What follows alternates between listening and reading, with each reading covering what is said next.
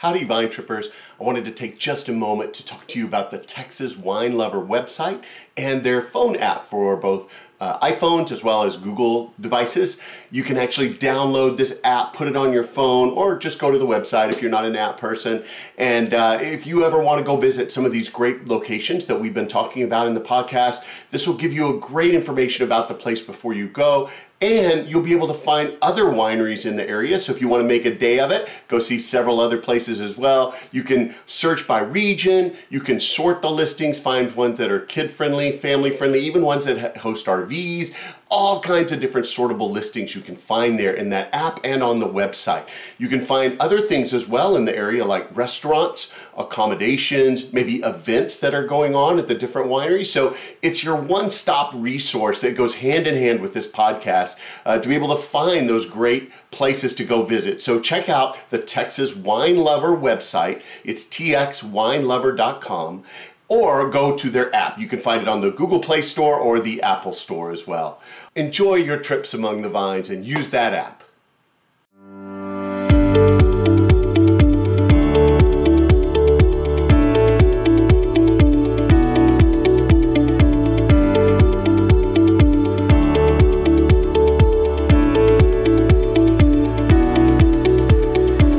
Welcome to Texas Under Vine, an exploratory podcast to scout out the best that Texas wine country has to offer. I'm your wine guide, Scott, and I'm here to lead you on an auditory expedition to the vineyards and wineries across the great Lone Star State. Each episode will cover a different vineyard, winery, or wine-related business operating in Texas. You'll hear interviews, descriptions, and details about each location that will excite you to visit and experience them for yourself. Ready to plan a wine tour? Use these episodes to choose the most interesting spots for you and your friends to check out. Most of all, enjoy hearing about the rapidly growing wine industry in the state and what makes our wines and wineries the best.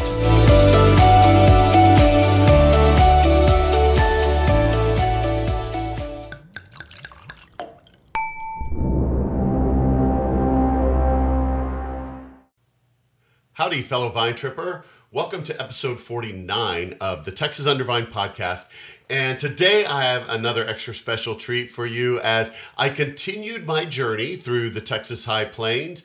And I got to go visit the second oldest winery in Texas and one that really helped kick off and kickstart the modern Texas wine industry. I got to visit Llano Estacado in Lubbock, Texas.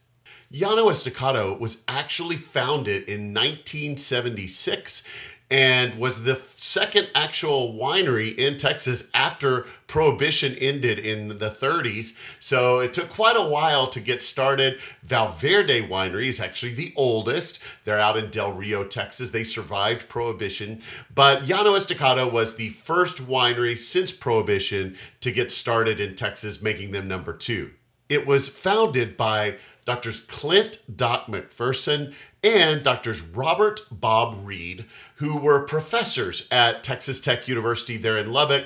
They began experimenting with growing some vines, and they actually made their first vintages of wine in the chemistry basement at Texas Tech University. You know, the college students had to have loved that. Do you need anybody to make samples for you? So it's very storied history here. If you heard back in the previous episode, in episode 48, where I interviewed Doc McPherson's son, Kim McPherson, for his winery, McPherson Cellars, you heard a little bit of that story there. But this is kind of part of the other half of the story because, again, this winery was founded there by Doc McPherson. This is the very one that Kim referenced getting shot at by the Baptists. They were also responsible for planting the first vineyard in Texas, Sagamore Vineyards. That is the one that, again, in last episode, Kim referred to, which is now actually a state historical site based on the Texas Historical Commission.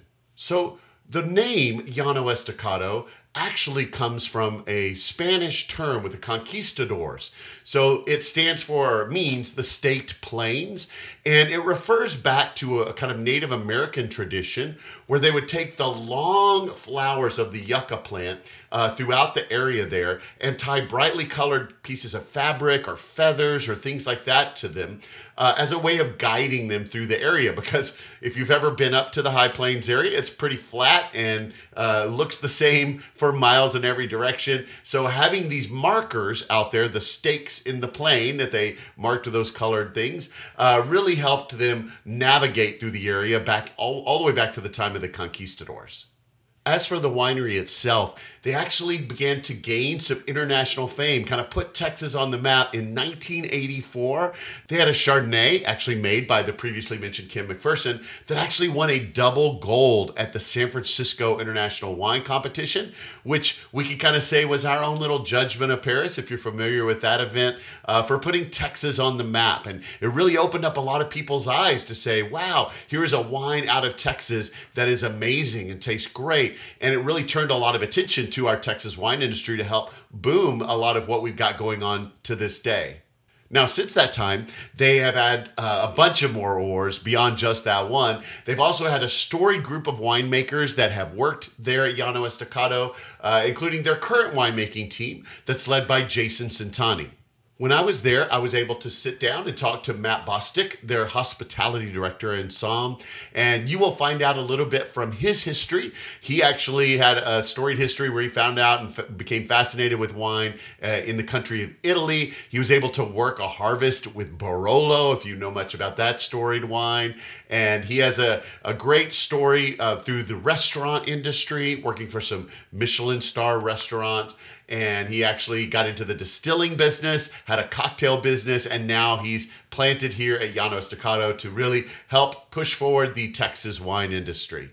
And another great thing about Llano Estacado wines is they are probably the largest production winery in the state, and they're really big on distribution. So almost anywhere you are in Texas, you should be able to go to a grocery store, a liquor store, things like that around you, and probably find Llano Estacado wine on the wine shelf there. So it's a great winery that you don't even have to go there to be able to taste their wines. You should be able to hopefully go right down the street and get some to taste today. Maybe go grab a bottle to drink while you're watching this episode. And like I said, during my visit there, I actually was invited into the conference room and got to sit down with the aforementioned Matt Bostick, who told us a little bit about his history in the wine industry and some of this rich and storied history of this incredible winery, Llano Estacado Winery. And you'll hear from the interview and the stories that he tells and the details, their passion for wine, the great wines that they're producing. And it really is a must-visit location. You got to put this one on your list. All right, let's go hear what he has to say.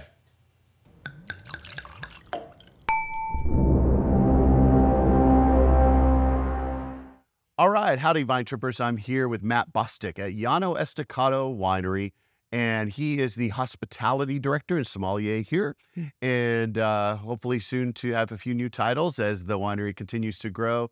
But I'm going to ask him a little bit about some of his background. You get to hear a little bit about Llano Estacado. So, Matt, tell me a little bit about yourself. What got you into the wine industry? Absolutely. First off, thanks for being here. I'm excited to do this. So what got me into the wine industry was living in Italy, actually. So, really? Yeah, I played collegiate golf for Texas Tech. I was born and raised here in Lubbock, but it was after I stopped playing collegiate golf that I started searching for what my true degree or kind of purpose was going to be in college. What do I want to be when I grow up? Yeah. So I kind of pivoted and went towards a restaurant hotel management degree plan. Okay, hospitality. Yep, with a minor in Italian language. I had the fortune to go to Italy to study Italian for my minor. And while I was there, I took a course that was focused on beverage management, but focusing on Italian wines. Oh, wow. So the very first AHA bottle for me was a 1990 Gaia Spurs Barolo. Okay. It kind of was the game changer. It blew my mind. I didn't know that wine could smell this way, that you could individually pick out distinct aromas, and it got the wheels spinning in my head. Okay. From there, I went and did harvest in Piemonte. Really? At GD Vira in Barolo. From there, I moved back to Lubbock and finished my degree at Texas Tech. But right before I moved back, I met a sommelier in Paris named Quentin Paillard. Okay. And his family has a champagne house in Bouzy, France called Pierre Paillard. Okay. So he was like, don't go be a restaurant manager. You don't want to do that. He was like, go be a sommelier. And I didn't know what that was at the time. So he kind of took me around Paris and explained what the job was. We went to some really good restaurants and just kind of watched some service, and came home inspired. So moved back home to Lubbock. Quickly took the Quartermaster Sommelier Level 1, then took the Quartermaster Sommelier Certification Level 2 before graduating from Texas Tech. Wow. So had become a certified sommelier with 1 semester left in college. And Texas Tech was fantastic in kind of fostering this new passion of mine. So as soon as I went to the director of our hospitality school and told him that, hey, I've passed this exam, like this is kind of what I want to do, he said, oh, perfect. We've got a Board of Regents dinner next week, and I want you to serve the wine. Oh, wow. So I was a little nervous. Put to the test. Exactly, first day. So had a great time doing that, working with the chefs at Texas Tech, kind of putting that together, but was hired by Kendall Jackson and Jackson Family Estates, and they moved me to Los Angeles. So I worked for Jackson Family for about a year, almost a year and a half, helping launch the La Crema Pinot Gris project. And from there, I went to go work for a woman named Nancy Silverton. So Nancy Silverton has a Michelin-rated restaurant in Los Angeles called Ostria Mozza with her partners Joe Bastianich and Mario Batali. Okay. Wow. Yeah. Some names there. Exactly. So dealing with exclusively Italian wines, I worked my way up in their program to lead sommelier. I was with her for about almost 5 years before I left to go open a restaurant with a group of friends, myself and another sommelier and a chef. We owned and operated a restaurant in downtown Los Angeles called Baldoria for about 3 years. Really? Where we cultivated this idea of pre-batch and bottled cocktails. Okay. We then sold the restaurant in 2019, and what moved me back to Texas was actually building out a distillery.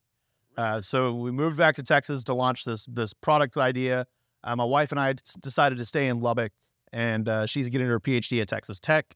So I decided that I was going to go back into the wine world, and what better place to land than Llano Estacado. Llano Estacado. Yeah. Did you get into the distillery project through the cocktails at the restaurant? Is that what led you that way? Exactly. So, when you open a restaurant, you're really excited to showcase it to your family and friends. And my family came from Lubbock out to Los Angeles to see it. And you're thinking everybody's going to say, oh, this is amazing, which they did. But my father, being the business-minded man that he is, says, this is a really interesting concept. How do you put this drink in retail? So we spent about 2.5 years doing some research and development. I went to go work for Whistle Pig Whiskey during that time as well to kind of learn more of the distribution side of liquor, some of the formulation side of the liquor side of the world, and then put it all together to move back to Texas to launch B&K Cocktail Company. Wow. But that project has sailed. We're kind of we've moved on from that, and now we're here at Llano and focusing on Texas High Plains wines and Texas education. So really excited to be able to help the Texas wine community, to be involved in legislative pieces of the Texas wine community, and really just show the love of our home state. Yeah.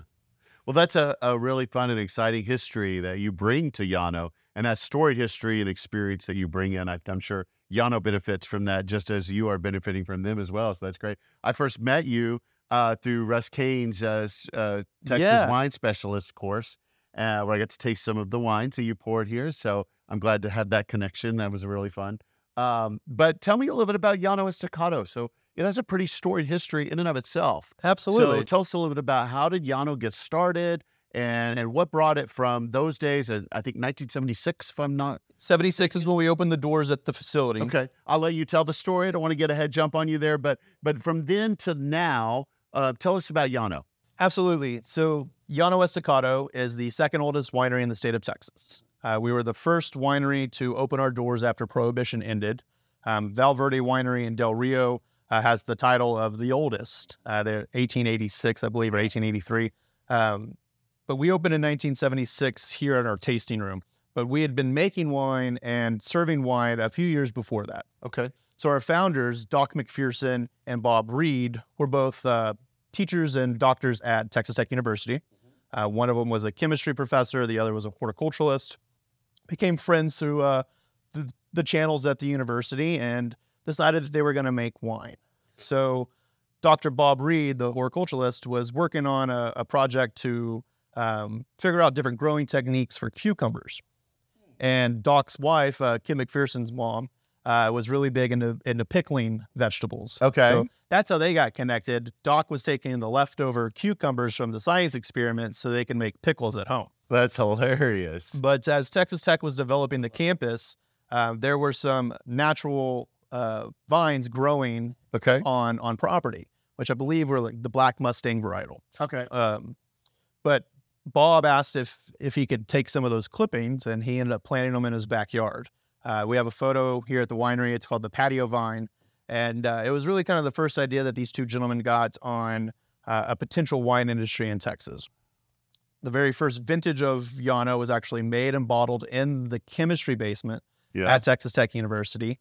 But after this idea that they could potentially do this, they decided to go full-fledged. So they planted the first commercial vineyard in the Texas High Plains. It's called Sagamore Vineyards. It's about 3 miles away from the winery, just down the road. The name Sagamore comes from the fact that they said that their vines sagged more than most. It's always something simple, right? Yeah, always something simple. It sounds like so exotic, but yes, the vines are sagging. But really unique because all of the vines in there are own-rooted. So they're non-grafted vines, the full vinifera. And Kim McPherson actually still makes a Sagamore Sangiovese at McPherson Cellars. So drinking history, definitely worth checking out. Lady Bird Johnson visited them at the... I've heard of her. Yeah, just, really famous Texan. She visited at the Sagamore Vineyard where they had a little tasting shed, and she was one of the first people to taste the wine. So at the time, it was called the Staked Plains Winery, which is what Llano Estacado translates to from Spanish to English. So the term Llano Estacado itself means the Staked Plains, which is what the conquistadors named this area of Texas as they were exploring. It had to do with a really unique navigational system that the natives had of this area, where they would take the dead yucca pinas, that flower, and they would tie colored garments or feathers or items onto these and could ride from stick to stick and understand how to navigate across this area. Because Lubbock is extremely flat. There's not a lot of... Easy to get lost, I would think. Exactly, not a lot of visual cues. Yeah, interesting. So when they got up into this region, the Spanish saw that and called it the Staked Plains. I love that. That's really cool. So our name's adopted from that. But in 1973, they started working on that. In 1976, we opened up the actual tasting room and production facility here at the winery. And we've been running ever since. Yeah. Wow. That's a neat part of history that I'd always heard of just the Llano Estacado, not necessarily from the winery, but the area being called Llano Estacado. I never knew, I figured it was some sort of Spanish history. I never knew what the origin of that was. That's really fascinating. Do you do any kind of heritage, any kind of tribute to that, like on your labels or anything like that? So the only heritage tribute that we currently have is a branding inside of our company that is called 1836. Okay. And this is a little nod to the Battle of San Jacinto, Texas declaring independence. Yeah. But that would be really the only heritage that we have. The original labelings of Llano Estacado, when it was still the Staked Plains, had that depiction on the label of the pina and the conquistador on horseback. But currently, we do not have any bottlings or anything that are still kind of related to that. Cool. And so, wow, 1976. So you're looking at coming up on the 50th anniversary. Yeah, 50 years. 50 years. And the second oldest wine. And I would say in the modern wine industry, one of the most important founding wineries of the whole thing. I mean, you really got the movement started with everything. We were very blessed to have amazing founders and visionary people of our community come together to establish this company. Doc McPherson was here, and Kim, his son, was an influential winemaker at the beginning of this business. He made the Chardonnay that won the double gold medal at the San Francisco Wine Spirits Competition. It was a 1983 Chardonnay that won a double gold in 1985. Which would have been the first Texas wine to ever win the prestigious Double Gold Award. That's amazing. That is our own Texas Judgment of Paris right there, to say that put Texas on the map, to say, look, we can make amazing wine in Texas. Absolutely. And I'm sure that probably turned. I would love to see the judges panel when that was announced, with everybody looking. Did somebody say Texas? A wine from Texas at that time, especially? I mean, even nowadays, people are like skeptical of Texas wine. But back then, oh man, that would have been amazing. I agree. That would have been really fun to watch. But we've just been blessed by having high quality winemakers come and spend their time at our property. Greg Bruni was a really long-time winemaker for us here. He's in the famous 1976 graduating class of UC Davis. Oh, okay. Sitting around with him and listening to stories of him drinking wine out of the barrels with Chelachef and Napa, working with Paul Hobbs and people down in Mendoza to bring vacuum packaging technology to South America. Really just, titans of the wine industry that happen to make their ways out here to Texas. And now our winemaking team is headed by Jason Santani. Okay. A really talented winemaker who pushes the envelope and not just engineering and kind of his philosophy in production of wine, but also sourcing high quality fruit from the high plains and varietals that a lot of consumers may not be familiar with. Okay. But knowing that he has myself and the staff around him to not only help make the wine the best that we can, but also educate a consumer base on the potential new best wines of Texas. Yeah, and part of the education of the customer and all of Exactly. that. So. Well, so I presume maybe it's even silly to ask, but 100% Texas fruit. So the only product that is not would be sweet red. Okay. The volume of cases that we produce of sweet red, it's very difficult to get fruit in Texas to keep that consistency for us. So that is a blended product. It's some California fruit, some Texas fruit, depending on what is available at bottling. Sure. But outside of that, everything is as much of Texas as possible. And if it's a wine club wine or a direct-to-consumer wine, it is 100% Texas, if not 100% Texas High Plains. Okay, well, that leads me to my next question. So where do you source your fruit? Yeah, so we contract source most of our fruit. We do have a vineyard site on property, but that is more of an aesthetic vineyard. We are looking at sourcing fruit from that vineyard for a 50-year celebration bottling. Oh, cool. That would be a neat bottle. So that keep an eye out for that one. But we deal with about 10 different vineyards on a yearly basis that we have long-term contracts with, kind of guiding those growers into the styles of fruit that we need to make the best quality of wines for our portfolios. And those are mostly High Plains area? Yeah, so now they are all High Plains. So the 9 of the 10 were High Plains. We no longer source from Del Valley Vineyards, or we haven't in the last few years. So we've picked up another High Plains grower to fill that slot for us. So currently, it's pretty much all High Plains fruit. And is all your production done here on site? You have full production facilities here and do everything here? Yes. So outside of growing, everything does happen on property here. So, we've got over 40 different vats. We've got cement, concrete. We've got foeders. We've got stainless steel, amphora. So we've got all sorts of unique fermentation vessels, barrel room on property, and then a fully automated bottling line. We will have some screw cap offerings coming out for more of our sweet-driven wines or our value-tiered wines, rolling out into the marketplace over the next year to 2 years.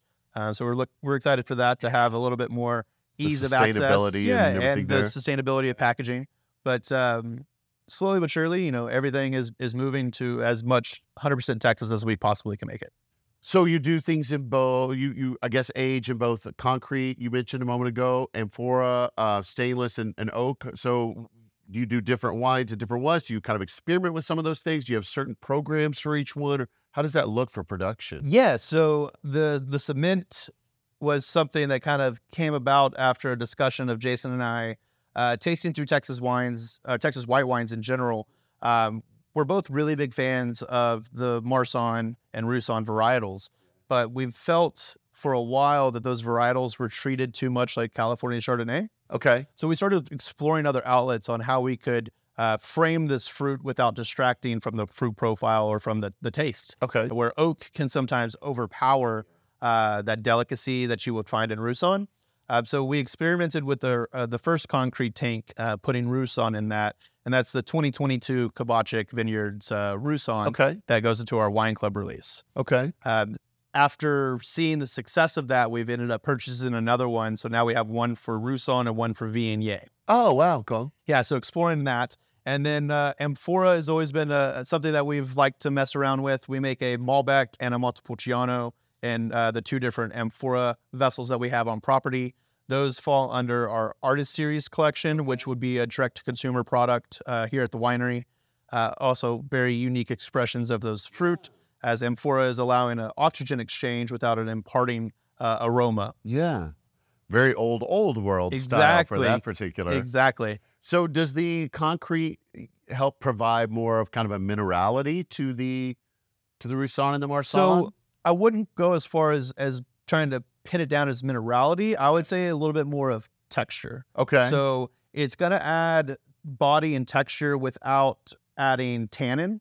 Okay. So we're still getting the full-bodied style of Roussanne, but without the extra tannin, without the distracting aromas that oak can provide sometimes. So we're getting purity of fruit with good texture that is a well-balanced and fuller-bodied expression. What would be the biggest difference between, say, a Roussanne or Marsanne done in a stainless versus Roussanne and Marsanne done in like in a concrete? Yeah, so stainless tanks are not going to have the oxygen exchange that you would get out of concrete. So there is still some oxygen exchange happening in the concrete, just how there is in amphora and in oak. It's just not at the same rate that you would see in oak. So oak is going to have a little bit faster dissolved oxygen rate than what we would see in cement or amphora. Stainless steel is not going to have any. So if we were to make it in stainless steel, you're going to get purity and like freshness of fruit, but you might not get that kind of rounding effect of the body itself. Okay. Without having that oxygen or some type of extended aging time. So it might be a little more lighter and crisper. Exactly. So kind of think of like if you've ever had like an unoaked Chardonnay. Yeah. That tend to be a little bit more crisp and kind of like piercing or lean in their flavor. It would be like that coming out of stainless steel. Interesting. We still wanted the bigger expression of the Roussanne. We just were trying to figure out a technique that we could use that didn't distract the overpower palate. it. Exactly. Like oak sometimes can. Sure. So what are some of your favorite wines that Llano Estacado makes? Yeah, absolutely. So I'm a very big fan of our Gruner Veltliner. Yeah? So we grow some Gruner up here in the Texas High Plains. Really? I would think that would be a very much more cold grape. It is winter hardy. Okay. But it's not necessarily a cool climate varietal. Okay. So when you think of Vienna, like Comtal, Central Austria, it is still getting into the 90s in the summertime. So it has some longevity here in the high plains. We get the good diurnal shift, so hot to cool. So it is kind of cooling down a little bit. We'll maybe see what happens over the next couple of years if we get sustainable heats over 100, how we have in the past. But as of right now, the varietal, in our opinion, is doing really good. It's a perfect porch pounder. These crisp, mineral-driven white wines. To me, that's probably my favorite white currently. I'm a sucker for our signature rosé. Okay. So this is a Cinsault-based rosé that we grow the Cinsault for the true reason of rosé production. Okay. So this is not a byproduct of red winemaking practices. We are picking this fruit early for the idea of making rosé. Oh, okay. So super fresh, easy drinker. I find that to be probably my go-to, especially if I'm buying something from our brand or getting something from our brand that might be in distribution. And then on the red front, I kind of go back and forth. I think our Sangiovese Classico, our 2001 Sangiovese Classico that just got gold medal at Texon this year, is a pretty pure expression of the type of Sangiovese you would see coming out of Tuscany, especially in the Chianti zones. You get really good red fruit, higher acidity than normal, little earth tones in the background, little tomato leaf, kind of that vegetal note. To me, it's super pretty, but is a food wine. Like good pizza wine. Exactly. It needs some food alongside of it. But if I was looking for a glass of red wine just to sit down and drink currently, would be our Hoffsfly Mourvedre. Okay. Yeah. And then what are some of your most popular wines with customers? What are the ones that it's just hard to keep in stock because they just fly off the shelves whenever you release them? Yeah, absolutely. So the Gruner Veltliner actually is one of our, that sells out probably the fastest of any of our direct-to-consumer white wines every single year.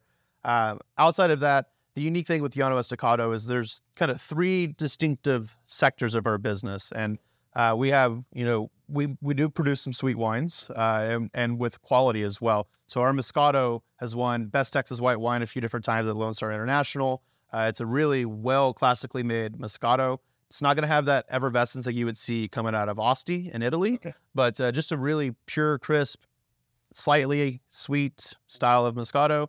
That's a really popular one. We have a lemon Moscato coming out this summer. It's a limoncello inspired Moscato. Oh, wow. That our consumer base really likes the cherried version. So we think that they're going to really like the lemon side of that.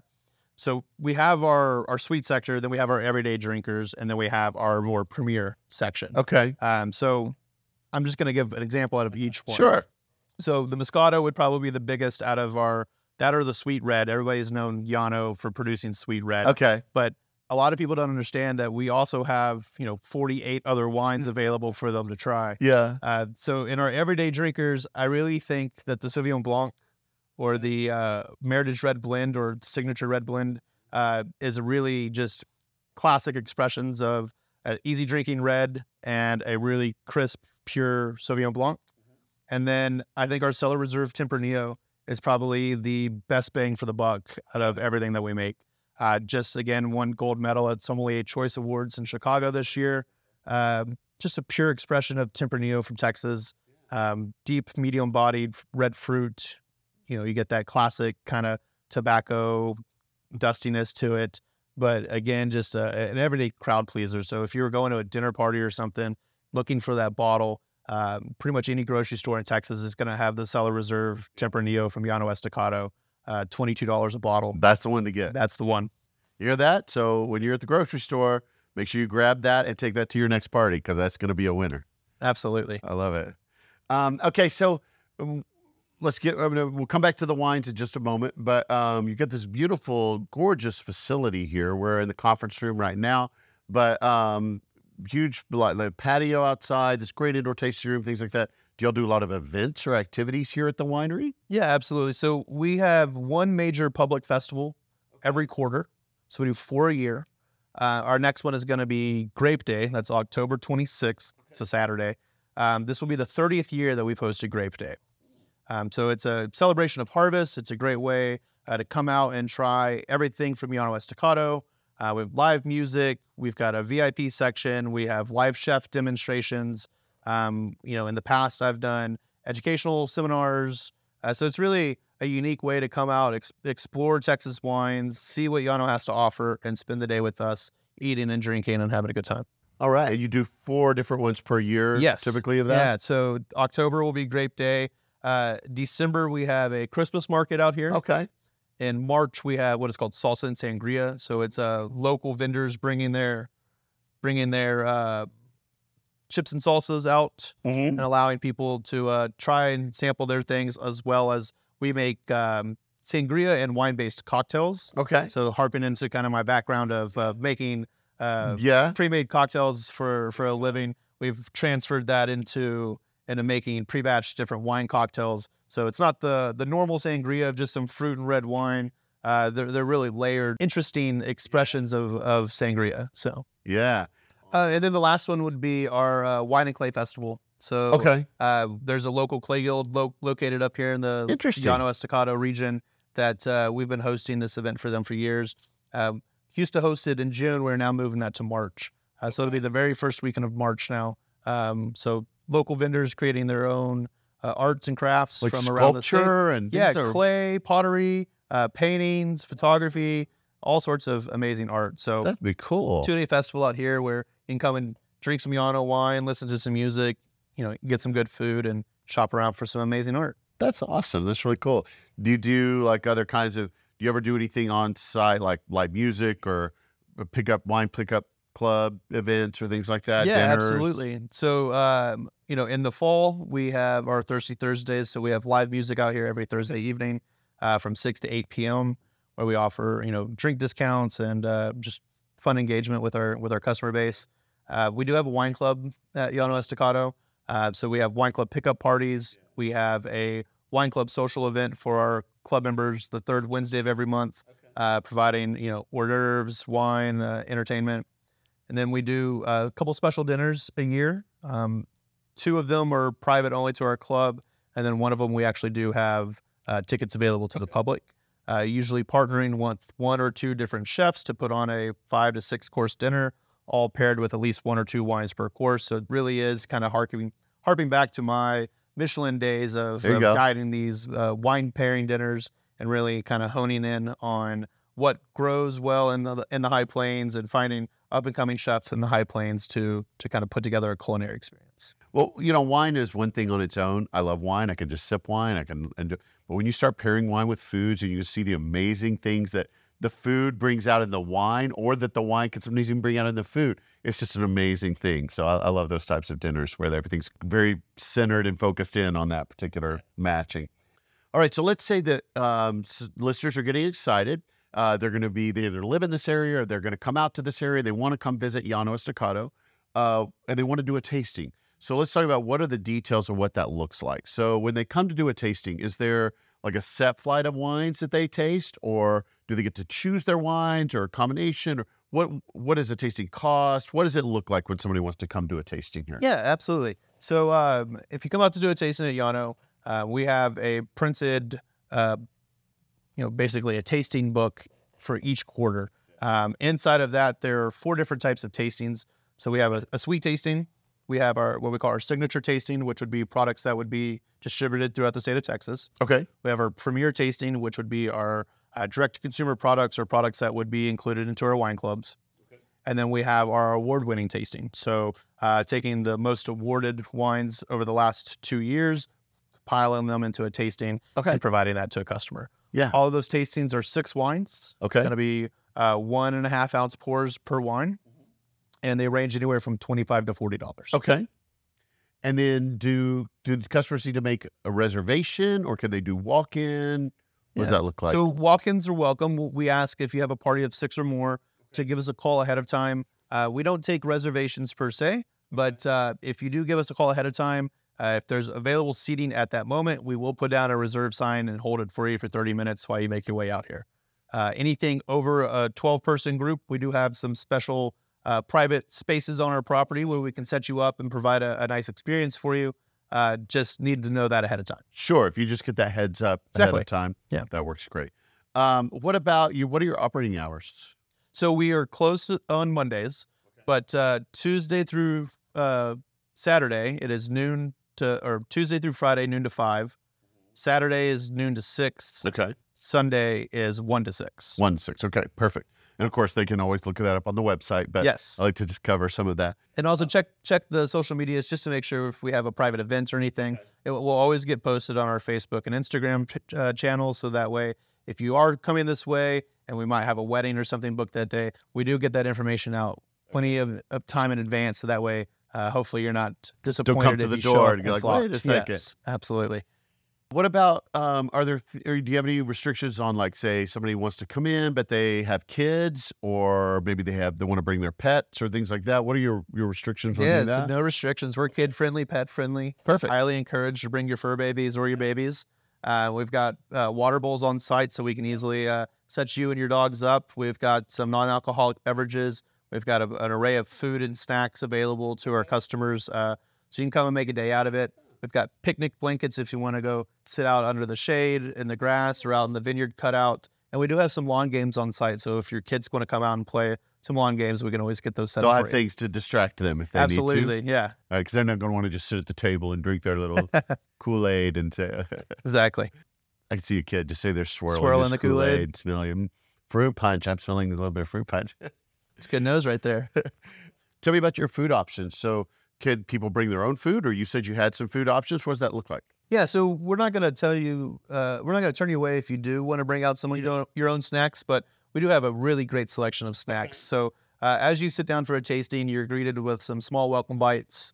Kind of changes quarter to quarter. Currently right now it is a salted mixed nuts without peanuts and chocolate-covered cashews that get given to you at welcome. Our kind of Llano General Store has fresh baked baguettes from a local baker that gets delivered every Wednesday and Friday.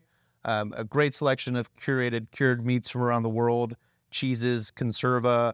I'm really excited about the new French butters that we just got in to go with the baguette. So kind of a gourmet experience available. We have customized or small charcuterie boards that are pre-made that are easy to grab and go.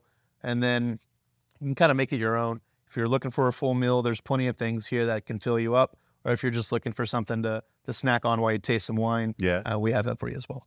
So what are your busier and slower seasons? What's the best time to come visit? Yeah, so kind of depends on what you're looking for when you go visit someplace. You know, if you're a person who wants to have a little bit more customer interaction, if you want to be there and talking the crowd, talking with people amongst you drinking wine, the fall is your friend. Okay. Lubbock kind of operates along with the flow of Texas Tech University. Yeah. So in the summer, we have a lot of people leaving Lubbock. It's a little warm out here. A lot of families have the opportunity to travel and go on vacation because kids are out of school. So if you don't like crowds, the summertime is your friend. Saturdays consistently stay busy for us, but Thursdays and Fridays during the summer, really nice, enjoyable pace. Wine country pace. Laid back, really release. laid back. The fall is where it kind of gears up, especially as we get into football season. A lot of people travel into Lubbock to go to Texas Tech football games. So Thursday, Friday, Saturdays during the fall kind of ramp up, especially on away games. Saturdays get busy. Home games, Saturdays are not as busy, but fill up quickly after the game. Okay. So you mentioned a moment ago your wine club. So tell me about your wine club. Well, what does that look like? Yeah, absolutely. So our wine club is a 4-bottle, 8-bottle, or 12-bottle wine club with customization available to the wine club member. So Jason Centani, our winemaker, puts together a list for each release. We do it 3 times a year, so September, December, and April. Okay. Inside of each release will be anywhere between 5 and 8 wines that you have availability to select from. Oh, okay. There's always going to be one product that is locked in every release. That's a product that Jason believes he wants everybody to have or experience. So there's always going to be one selection from Jason that is going to be in everybody's pick. But outside of that, you can kind of sort through that list and either double down on something that you're really keen on or add, whatever you're looking for. Each club itself comes with different sets of perks. So the 4-bottle club is a $150 flat fee per release plus tax and shipping. You get 20% off any purchases while you're out here. You get a free tasting for you and a guest once a quarter. And then we have these wine club socials on Wednesdays that you can attend the 3rd Wednesday of every month. 8-bottle member, now you got 25% off. That's $250 set fee. Okay. Free shipping if you're a shipping member on the 8-bottle. Okay. And then you get VIP tickets to our Grape Day celebration in October and one special wine club dinner as well as the monthly socials. Okay. And then the 12-bottle is $350 set fee, 30% off any purchases. You get you and up to 3 guests, free tastings every quarter. We have 2 special dinners a year that you're invited to. You get 2 VIP tickets to Grape Day, and then all the socials as well. On your wine club, can people sign up online or do they need to come here? Yeah, absolutely. So if you go to llanowine.com, there's a tab on our website that says Llano Wine Club or Join the Wine Club. And on there, it breaks down what each club is, and there's a link for you to click up and sign online. So you don't have to be here in person. If you haven't experienced any of our direct-to-consumer wines, they are 100% Texas High Plains, usually single varietal, single vineyard. There are some blends, but really truly showcasing a specific place of our region and sometimes a specific winemaking style. Now, I know that you mentioned a moment ago bottles that you can find in your local grocery store, things like that. I know that Llano is very big on distribution. About how many cases per year do you think y'all produce? So last year we made about 107,000 cases. Wow. We were down a little bit from the previous year of 125,000 cases. Okay. At one point, we had about 165,000 cases in production, but slowly have been pivoting away from outside of Texas fruit and kind of adjusting some of our productions. Well, and wine as a whole, the whole industry has been kind of going down a little bit of wine consumption, but I would guess that's probably the largest distribution in Texas. From my current understanding and belief, we are the largest distributed winery in the state of Texas. Yes. So where can people find your wine? So if they can't come here for whatever reason, where were the places that you're distributing? Where were the places where people can look for it? Yeah, so if you've got a H-E-B, Albertsons, Kroger, Tom Thumb, Market Street, Central Market, Whole Foods, if you got any of those stores, any grocery store, you're going to find a bottle of Llano Estacado. I saw a statistic from our sales team the other day that there are 9,268 stores that have at least one bottle of Llano product in the state of Texas. There you go. So almost any grocery store you go to, you should be able to find something. And if you can't find it or you want the easier way to figure out where to find it, if you go to our website, there's a tab that says Find Our Wine. type in your zip code. It will automatically populate a graph for you that shows you every product that we have and the nearest store to you. Nice. And then I presume some of the liquor stores as well, like Yes. say a Specs and a Specs, Total Wine, things like that. Yes, sir. Absolutely. Okay, awesome. Well, let's talk for a second. We've talked about amazing progress you made. I can't believe 50 years. That's really amazing. It's going to be a fun celebration in a couple of years. What does the future look like for Llano Estacado? Are there plans for future growth or new areas you want to explore or venture out in? What does that look? What's the future hold? Yeah. So one thing I really love about our winery is we're constantly doing research and development. We're constantly looking for new products to come out, different styles of products. So there's always going to be something new happening at Llano on the wine front. We are currently also exploring potential secondary locations for tasting rooms across the state of Texas and potentially Fredericksburg. Okay. So maybe expansion of tasting rooms and things like that as well? Absolutely. That'd be exciting. So what, in your opinion, with all the different places that you could go to for wineries, what sets Llano Estacado apart? What really makes Llano a place where somebody says, a listener who's listening to this says, I really need to go visit that place? Yeah, absolutely. So first and foremost would be our heritage. Being the second oldest winery and the winery that really kind of restarted the wine industry for Texas would be my first part of that answer.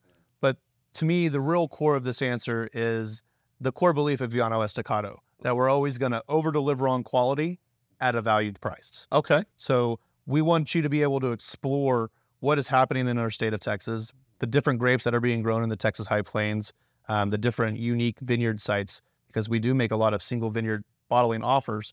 But again, that same idea that everything is going to be delivered at a price point that is conceived of value for a consumer. Okay. So we've only got 3 bottles that are over a $45 price point. Really? 95% of our portfolio falls under $30. Really? Even our direct-to-consumer products. So we really are trying to over-deliver on quality at a price point that in today's time where everybody's trying to make a dollar go a little bit farther, you're not going to feel bad grabbing a bottle of Llano wine. Our history is such a unique history. Yeah. And we've been served in the White House a few different times. Really? Yeah. But really for me, it's like, if you do come out to Lubbock, come see us, but also go see the other wineries that are here. Yeah. You understand running this podcast that, it's a hard business. Wine is tough. And if we don't support each other and in the other wineries in Texas, nobody's going to succeed. So for me, I really want everybody to not just try Llano wine, but see what other wineries are around us. Go visit them, because we all put the same time, effort, love into these products. And at the end of the day, we just need people to go out there and ask for more Texas wine.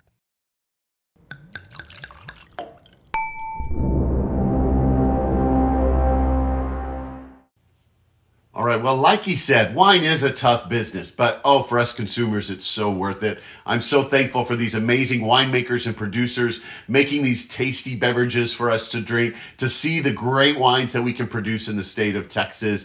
And when you really go to see Llano Estacado, see their incredible facilities there, you taste those great wines with that storied history, you'll realize that Llano is definitely a place. It's on your bucket list, or it should be on your bucket list of Texas wineries that you must go visit soon. And even while we were in the tasting room, they provided a ton of food. They have a little store there. We bought some fresh baguettes. We had some great cheeses. We even bought this really tasty orange fig spread that we put on the bread. And there was so many great things that we were able to do there besides just tasting wine. Now, when you go, make sure you check out their website first. It's www.llanowine.com. Now, remember, Llano is a Spanish word. It's got 2 L's in that. So it's www.llanowine.com. So make sure you add in that second L there, and it's pronounced as Llano.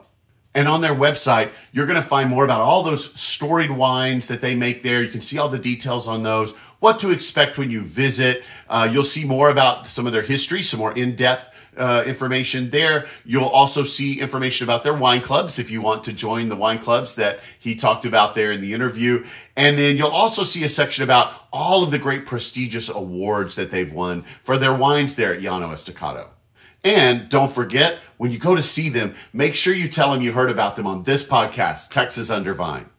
Now, while we were there after the interview, Matt was so hospitable and generous with us, and he sat down and gave more of his time to pour samples of so many great wines. We were sipping all these amazing wines, talking to the other patrons around us who were also tasting some of the fun wines and eating all this great food. And it was so much fun to taste so many great wines. I fell so in love with a lot of those wines. I had to take a bunch of bottles home with me. But of course, it always came down to settling in and homing in on that one bottle that I really feel like represented Llano Estacado wine. It was my favorite one while I was there. And if you know me very well, you'll know I'm a huge fan of Merlot. I'm a sucker for Merlot. And of course, that's what I ended up coming home with as my library bottle for this episode. So this is a 2022 Merlot from Lily of the Vine Vineyard, which is up in the High Plains. And it has all the great things you'd expect from a Merlot. A lot of that richness, the balance that's there in the wine itself, the kind of blue fruit and dark fruit flavors, really had a long finish. I really enjoyed that wine. And being as young as it is, it definitely has a lot of room to age. So I expect this wine to be great for several more years if you decide to buy it and lay it down and age it for a little longer. So that was the bottle that I purchased to bring home to represent Llano Estacado wines for this particular episode. You really have to try it when you go to visit Llano Estacado and tell me what you think. All right, well, we're coming down to the end of the episode, and I've got another road calling me to head out to some other great destinations so I can bring you that information as well. But before I go, if you're enjoying this episode or enjoying this podcast, would you consider possibly becoming a financial sponsor for the podcast? It really goes a long way to helping me pay for all the production costs and hosting and all my travel and all the things that I have to do to put this show together for you every other week. And so if you would consider doing that, it only costs a few dollars a month to become a patron of the website. It's through Patreon. When you go to my website, if you'd like to become a Patreon, you can go to www.texasundervine.com and go to the very top of the page. You'll see a Become a Patron link there that will take you to my Patreon page. For only a few dollars a month, you'll get access to some behind-the-scenes materials like photos that I take at the winery. I try to take a lot of photos when I'm there. I put up a video walkthrough for every winery that I go to as I narrate and walk you through the tasting room so you can get a feel for what it's like beforehand, and some few other little bonus things here and there. So check that out. Again, it's at www.texasundervine.com and click the Become a Patron link and consider becoming a Patreon of Texas Under Vine. And as always, to my current Patreon subscribers, my heart goes out to you. Thank you so much for helping make this dream of mine a reality. And if you're watching this on YouTube, don't forget to like, subscribe, and follow so you can get notifications when the new episodes come out. And while you're there, leave a comment down below. So tell me if you've been to Llano Estacado, maybe write something there about your favorite thing about the winery, or if you've just tasted their wines, maybe in your local grocery store, tell me what your favorite is. Or if you're thinking about traveling to Llano Estacado Winery, tell me what you're most looking forward to when you go see them. And with that, my time is up. So don't forget, subscribe to the podcast and follow my socials to be notified anytime a brand new episode is released. And until then, happy trails and bottoms up, y'all.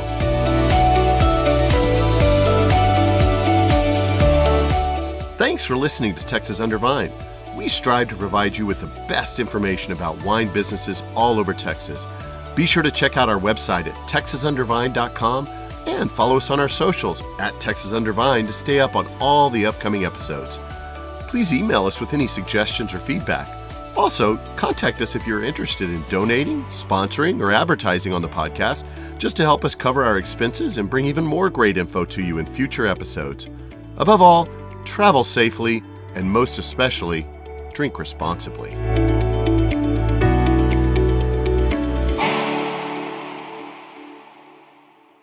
Howdy, Vine Trippers. Did you know that I now have a merchandise store for Texas Under Vine? I only have a handful of limited items, but you can go check those out and wear your Texas Under Vine swag if you'd like to tell all your friends about the great wine locations we have here in Texas and maybe get them interested in the podcast as well. So there are things like t-shirts, there's a hoodie, there's a beanie, a ball cap, things like that. But One of the most exciting things I have right now is my limited time offer t-shirt. That's my Season 1 t-shirt. So this is your Tasting Through Texas, Texas Under Vine Season 1 t-shirt. It's only going to be available for a little short amount of time. On the back, it has all the different locations like a band tour t-shirt.